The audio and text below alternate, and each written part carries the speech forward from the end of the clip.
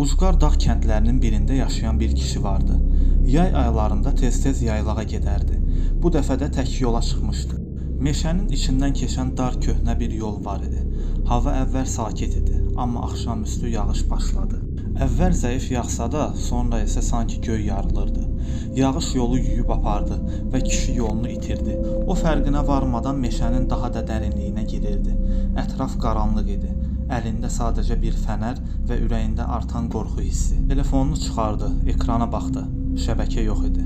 Bu an panika başladı. Meşədən qəribə səslər gəlirdi. Sanki bir kimsə onu izləyirdi və birdən uzaqdan bir işıq göründü. Ümid ilə işığa doğru getdi. Yaxınlaşdıqca ağacdan tikilmiş bir daxma ortaya çıxdı. Qapını döydü. Səs gəlmədi. Bir an sonra qapı açıldı. Qarşısında duran kişi çox qəribə idi. Palçıqdan düzəldilmiş kimi paltar və insana bənzəməyən gözlər. Və o deyir: "Bu vaxtı meşədə neynirsən? Gəl içəri, evim istidir." Başqa çarəsi yox idi. İçəri girdi. Ocaq yanırdı. Qəribə kişi ona içki uzatdı, amma bu çaya bənzəmirdi.